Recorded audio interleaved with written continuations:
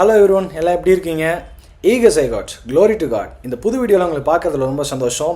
இந்த வீடியோவை கொண்டு தேவன் உங்களோடு இந்த வீடியோவில் கருத்து கண்டிப்பாக பேசுவார் அப்படின்னு சொல்லி நான் ஆசைப்பட்றேன். நம்ம இந்த வீடியோக்குள்ளே போகிறதுக்கு முன்னாடி கண்களை மூடி ஜோம் பண்ணிடலாம். எங்களை நேசிக்கிற அன்பின் பரலோக பிதாவே, நேற்றும் இன்று மாறாத வரை உண்மை துதிக்கிறோம், ஸ்தோத்தரிக்கிறோம். அப்பா, நீ நல்லவராக இருக்கிறீங்கப்பா. இன்றைக்கி எங்கள் ஜனங்களோடு தேவன் என்ன வார்த்தையை பேசவிருக்கிறீங்களோ அது திட்டமாய் பேசுங்கப்பா. ஏசப்பா, இந்த செய்தி ஜனங்களுக்கு பிரயோஜனமாக இருக்க முடியாது ஜெபிக்கிறோம். தேவன் தாமே ஜனங்களை ஆசீர்வதிங்க. தாழ்த்துக்கு நாட் பண்ணிக்கிறோம். ஏசு நாமத்தில் ஜெபிக்கிறோம் பிதாவே, ஆமென். இன்னைக்கு நம்ம எதை குறித்து பார்க்க போகிறோம் அப்படின்னு பார்த்தீங்கன்னா, வி ஆர் வாரியர்ஸ். அதாவது நாம் போர் வீரர்கள், நாம் ஒரு வீரர்கள். போர் வீரர் அப்படின்னு நம்ம சொன்னாவே எதை பற்றி சொல்லுவோம் அப்படின்னா, ஒரு யுத்தம், ஒரு போர் வருது அப்படின்னா அதில் யார் சண்டை போடுறாங்களோ அவர்களை தான் போர் வீரர்கள் அப்படின்னு சொல்லுவாங்க. அப்போ கிறிஸ்தவர்களாகிய நாம் போர் வீரர்களாக இருக்கிறோம்.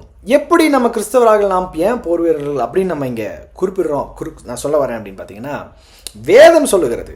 என்ன சொல்லுகிறதுன்னு நிறைய வசனங்கள் இருக்குது.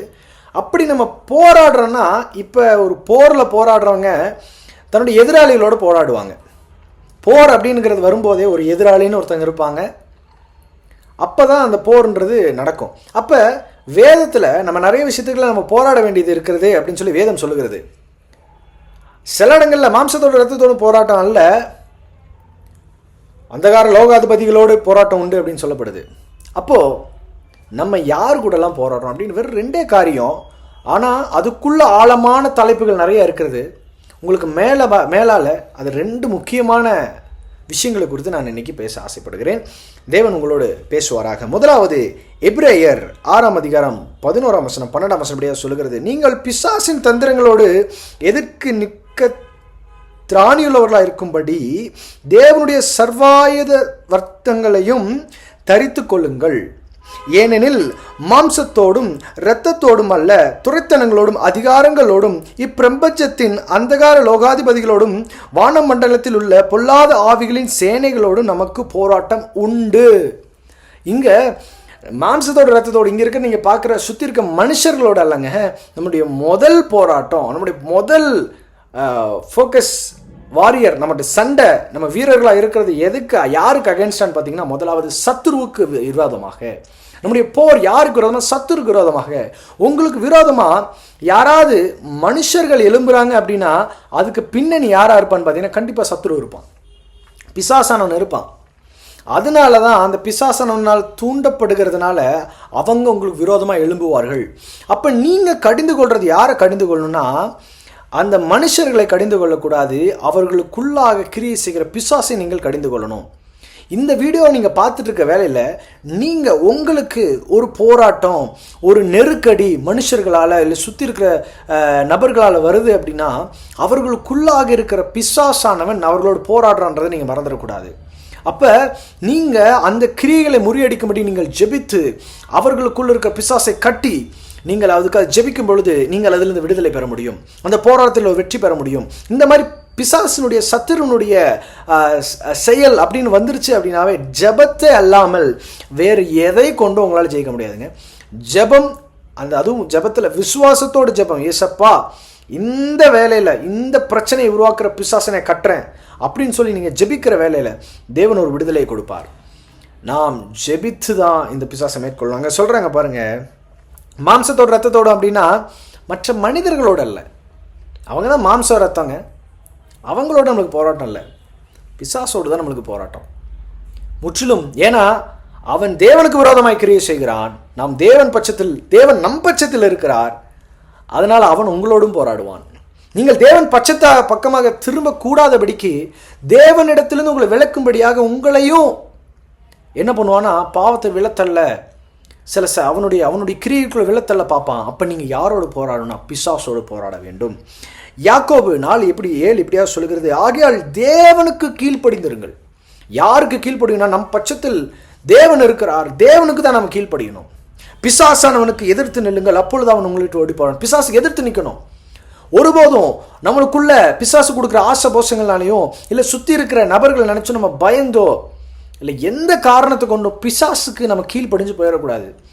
பிசாசு கீழ்ப்படுகிறதான என்னென்னா, நீங்கள் பிசாசானவன் சில காரியங்களை நம்ம வாழ்க்கையில் கொண்டு வருவான். சில ஒரு போராட்டங்களை கொண்டு வந்து அதை பார்த்தோன்னா ஐயோ இப்படிப்பட்ட ஒரு போராட்டம் வந்துருச்சே அப்படின்னு நினச்சி நீங்கள் அதை நினச்சி பயந்துடக்கூடாது. ஏன்னா தேவன் என் பக்கத்தில் இருக்கிறார், தேவன் என் பக்கத்தில் இருக்கிறார். ஆமேன். சாவு எனக்கு ஆதாயமே, சாவே நம்மளுக்கு ஆதாயமாக இருக்கும்போது, தேவன் பக்கத்தில் இருக்கும்போது, பட்சத்தில் இருக்கும் பொழுது நீங்கள் சாவை நினச்சி கூட பயப்படக்கூடாதுங்க. பிசாசனால் ஒன்றும் பண்ண முடியாது. தைரியமாக இருக்கணும், ஜபத்தில் இருக்கணும், ஜப வீராங்கனையாக இருக்கணும். பிசாசை மேற்கொள்ள வேண்டும் என்றால் விசுவாசத்தோடு கூடிய ஜபம் இருக்க வேண்டும், ஃபாஸ்டிங் ப்ரேயர். இதெல்லாத்தையும் வைத்து தான் பிசாசனுடைய சத்துருவின் கிரியைகளை அழிக்க முடியும். 3 முக்கியமான டூல் பிசாசனுடைய கிரியைகளை அழிக்க. எப்படி நீங்கள் அவனோட போராடணும் அப்படின்னா, முதலாவது ஜபம், ஜபத்தில் விசுவாசத்தோடு இருக்கிற ஜபம். அடுத்தது உபவாசித்து ஜபிக்கிற ஜபம், அபிஷேகத்தில் நிறைஞ்சு ஜபிக்கிற ஜபம். 3 ஜபம்.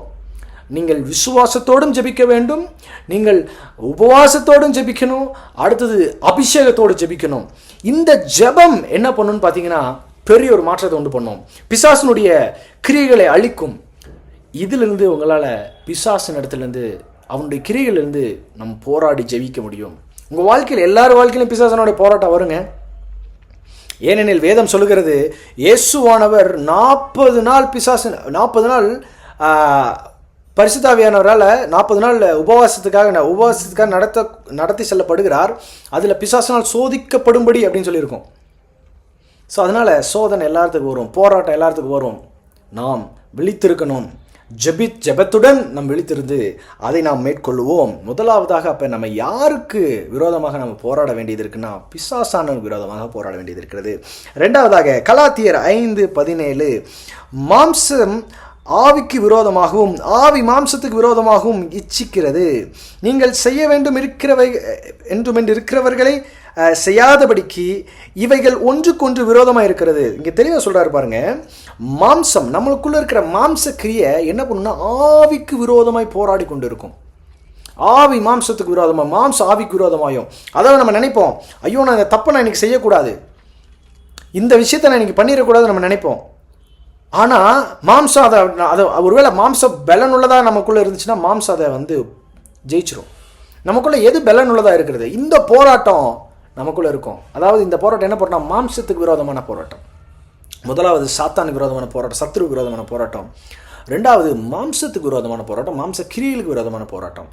இந்த போராட்டம் எப்படிப்பட்டது அப்படின்னு பார்த்தீங்கன்னா, இது ஆவிக்குரிய காரியங்களை செய்ய விடாது. அதாவது ஆண்டவருக்கு பிரியமான காரியங்களை செய்ய விடாமல் ஆண்டவருக்கு பிரியமில்லாத காரியங்களை செய்ய வைக்கும். சினிமா படம் பார்க்க வைக்கும், சிற்றின்பங்களுக்குள்ளே போக வைக்கும், விபச்சாரம், வேசித்தனம், இந்த காரியங்களை நம்மளை செய்ய வச்சு ஆண்டவருக்கு பிரியமில்லாமல் ஆண்டவர் விட்டு நம்மளை விலக செஞ்சு ஆவிக்குரிய விஷயங்களை செய்ய விடாமல் தடுத்து ஆவிக்குரிய கனி இல்லாதவர்களை நம்மளை மாற்றிடும்.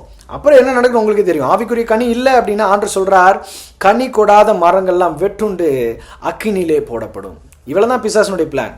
நீங்கள் ஆவிக்குரிய கனி இருக்கக்கூடாது உங்ககிட்ட. ஆவிக்குரிய கனி இருக்கணும் அப்படின்னா ஆவியின்படி நடக்கிறவர்கள்கிட்ட தான் ஆவிக்குரிய கனி இருக்கும். ஆவியின்படி நடக்கக்கூடாதபடிக்கு மாம்சக்கிரியை மேற்கொள்ளுது.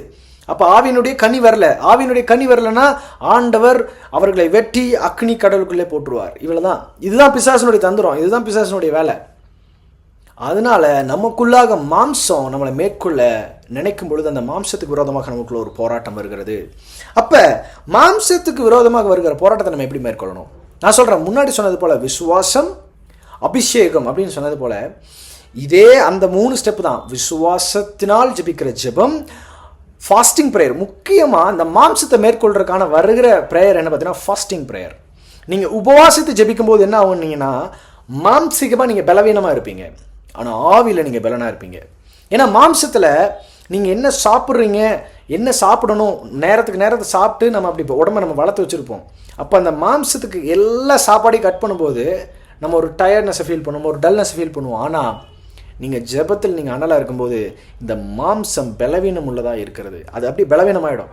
மாம்சம் பலவீனமாக தான் இருக்கணும், ஆவி தான் பலனுள்ளதாக இருக்கணும். அப்போ தான் ஆவியில் நம்ம எல்லாத்தையும் மேற்கொள்ள முடியும். நம்ம செய்கிற செயல் எல்லாத்தையுமே ஆவியில் தாங்க செய்யணும், ஆவியான நடத்துதலோடு தான் செய்யணும். அப்படி செஞ்சு பாருங்கள், எல்லாமே உங்கள் வாழ்க்கையில் வெற்றி ஆகி முடியும். மாம்சீக பலனை குறித்து நான் சொல்லலை.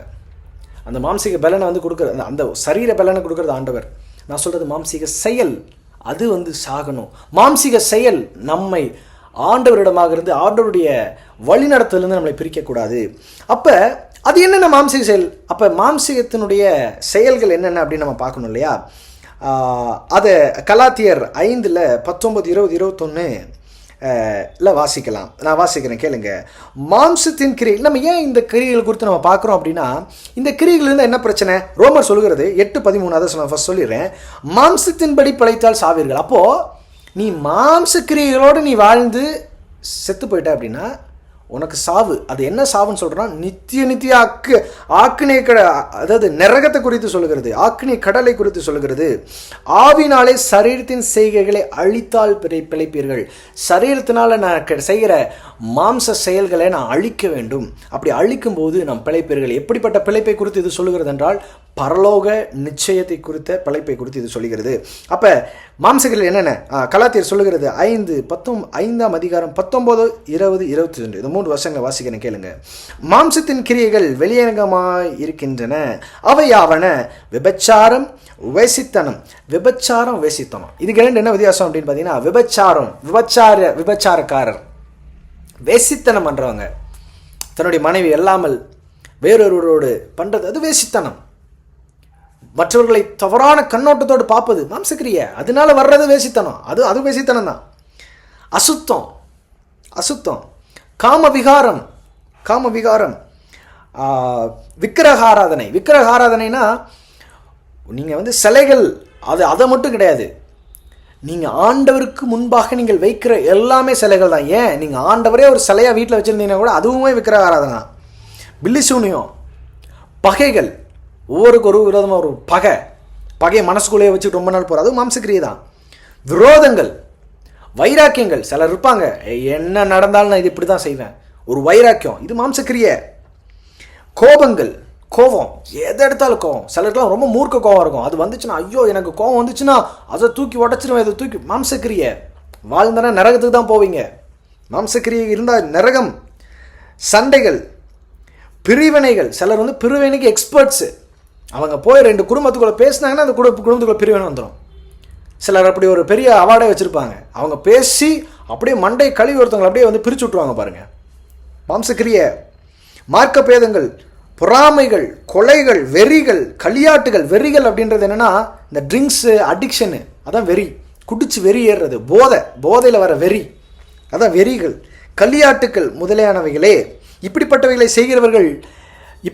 செய்கிறவர்கள் தேவனுடைய ராஜ்யத்தை சுதந்தரிப்பதில்லை என்று முன்னே நான் சொன்னது போல இப்பொழுதும் உங்களுக்கு சொல்லுகிறேன்.